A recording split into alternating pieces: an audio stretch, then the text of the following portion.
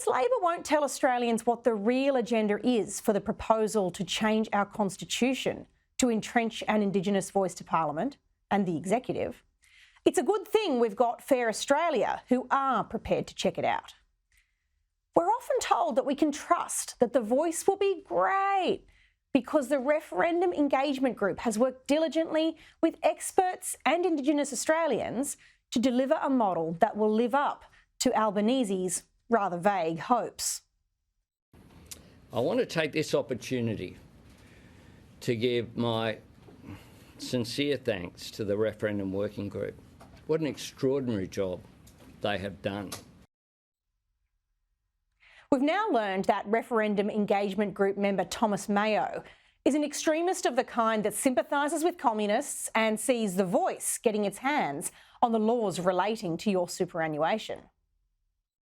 We could genuinely say to Australia, this is the First Nations, this is the Aboriginal and Torres Strait Islander position on what 26 January means to us and what we think the solution is, whether it's about, anything else that we debate, all sorts of policy issues, and not just obviously Indigenous policy issues, but things that might affect us indirectly, sort of,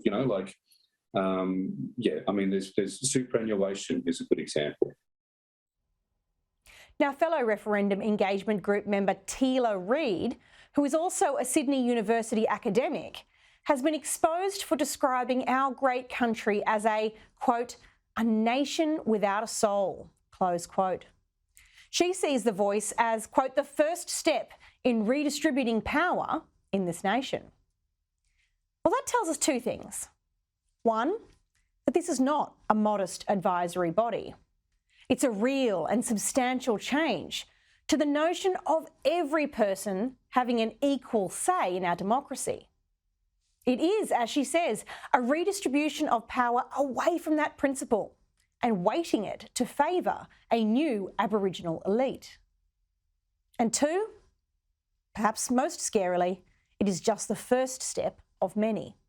I shudder to think what steps remain to come. And while Minister Burney can't quite get her head around whether the voice will or won't have the right to deal with the topic of whether the date of Australia Day should change, Teela Reid says that's not good enough anyway. She's so extreme that her Twitter account shows her demanding that the whole holiday be abolished because a new date wouldn't even be good enough for her. She tweeted that it is truly disingenuous to be claiming mob won't be demanding to abolish Australia Day. It started decades before the referendum. It'll still be a demand after it. And in the wake of Minister Burney's confusion about what the voice will and won't deal with, Ms Reid, a designer of the voice, has a very clear view. She says trying to limit the scope of what the people can advocate for to change is just stupid.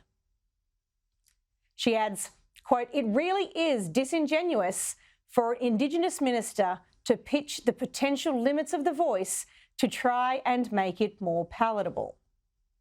So what does Ms Reid, who helped design the voice and who Prime Minister Albanese says is a remarkable person, have in mind for these next steps? Well, at an event for the Search Foundation, she said this. I think that what we need is to get back to these radical roots of the Communist Party, of this organising with and response to community activism. Yeah, you heard that right. She thinks the next step is getting back to those radical communist roots. I wish I could tell you I was joking. Because that whole communist experiment worked out so well for the over 20 million people who have died at the hands of global communism so far. She's described the purpose of the voice like this. A voice is about ensuring that all the First Nations have a seat at the treaty table. Now, this shouldn't be a surprise. The Uluru Statement has always been step one of a process that has as its next step a treaty. But here's the kicker. She's on the record, plain as day, saying that today's Australians must pay reparations and compensation to today's Indigenous people for the wrongs done by other people in past generations to the ancestors of today's Indigenous people. Really? When she spoke with the Ethics Centre, she said this.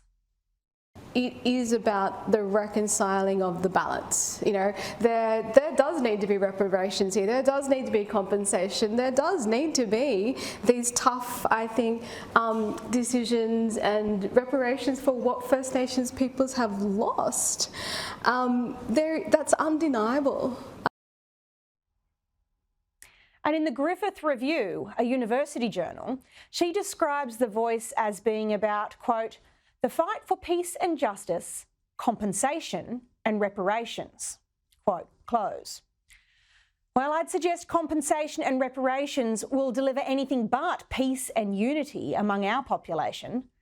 When people like Teela Reid and Thomas Mayo, designers of the constitutional voice, are such extremists, how on earth can Australians trust Mr Albanese when he says The Voice is a, quote, modest proposal? Or even when he says it is, quote, just good manners.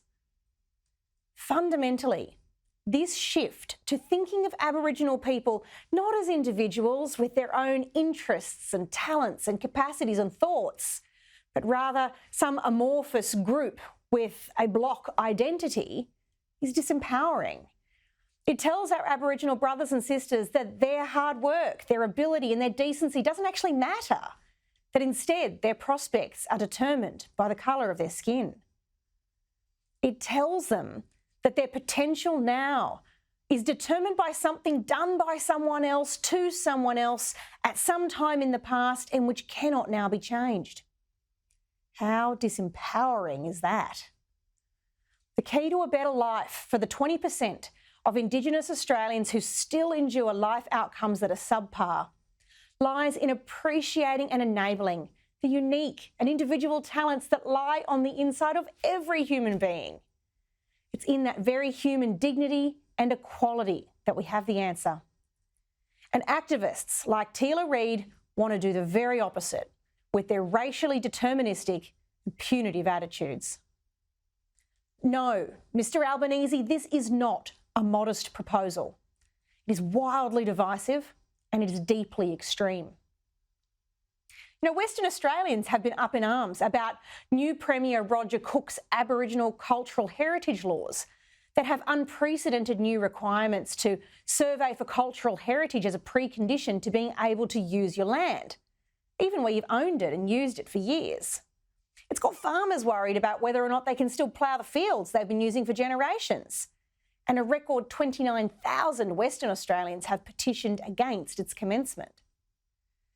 Yes campaigners have been at pains to make sure this law isn't conflated with the proposal for The Voice, because it is providing a really rude shock on the ground as the time and cost of new fees, applications, forms, consultation processes, approvals and surveys strain people already struggling with the cost of living. If they get it wrong, these surveys, well then there's prosecutions, court costs and legal nightmares. Here's a simple example of the impact it's having. On Saturday, a Western Australian mayor had to cancel a tree planting event because of the need to comply with the new cultural heritage laws. And here's the really interesting part. Yesterday, Western Australian Premier Roger Cook made this candid admission. Our Aboriginal cultural heritage laws do the same thing as The Voice, and that is they respect, acknowledge and consult. And nothing can be fairer than that. You heard that right. He said the same thing as The Voice. Premier Cook, the Prime Minister's Western Australian Labor colleague, might just have dealt the Yes campaign a body blow in Western Australia.